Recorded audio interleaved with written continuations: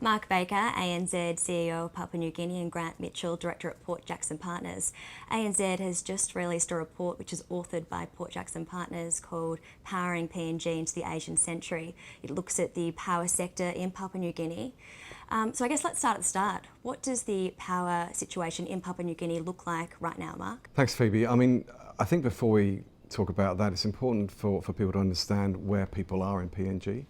Because it's not like a developed country in so many ways. So of the population of about 8 million, over 80% of people do not live in towns or cities.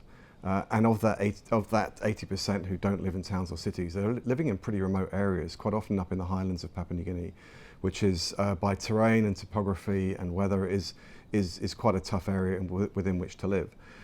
That group of people, that 80%, less than 10% of that group actually have access to electricity of any form, whether it be diesel generated, solar or the like. Keeping that in mind, Grant, how important is access to power in order to develop? Oh, well, it's absolutely crucial.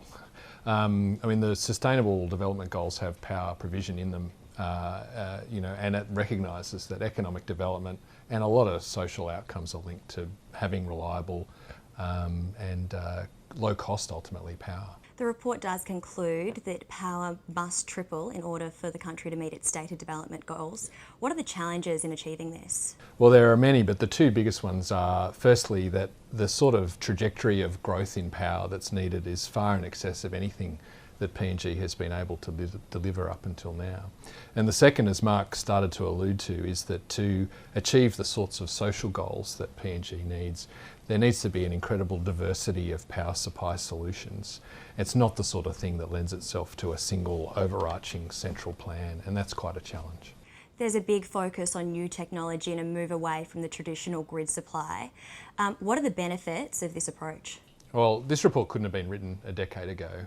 The report, as you say, focuses on how new technologies can be cheaper as a source of power, particularly in remote and rural areas, but also how, because they're self-contained, simpler to operate and also freed from complicated fuel supply chains, are actually a much better match for PNG's circumstances in the remote and rural areas of the country.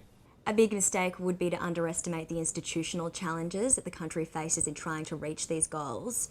How important is stakeholder collaboration? It's critical, but I think what people need to understand is that Papua New Guinea is a very complex environment.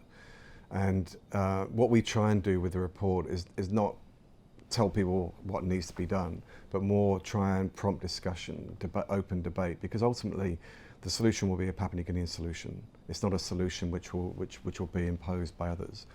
And the coordination of different groups of people to actually achieve that is just going to be critical in what is a complex environment. Mark, clearly there's a real issue in rural areas. Do these same issues apply in the commercial sector? Absolutely, and it's really about the cost of doing business. Most manufacturing industries in Papua New Guinea need to run their own generators. They need to have their own captive power. That's diesel. That's all very expensive, and it basically means that those industries are less competitive on the international stage than they could be. And finally, this is a question for both of you. What's the prize if we do get this right? Well, it's key to the sort of balanced development we talked about in our previous report on PNG called Bold Thinking from 2013.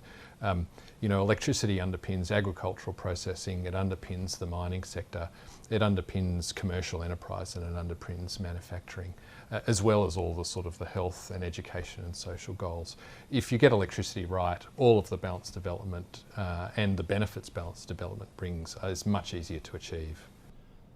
And I think, again, if we start to look out 18 months, 2 years from now, when you get into 2017 and beyond, Papua New Guinea has got such a rich pipeline of various projects in the resource industry, whether it be gas, whether it be gold, copper, we have developments in palm oil as well.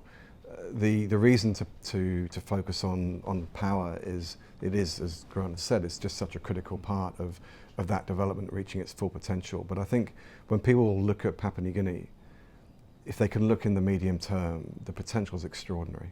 It's pretty exciting. Mark, Grant, thanks for joining us on Blue Notes. Thank you. Thank you.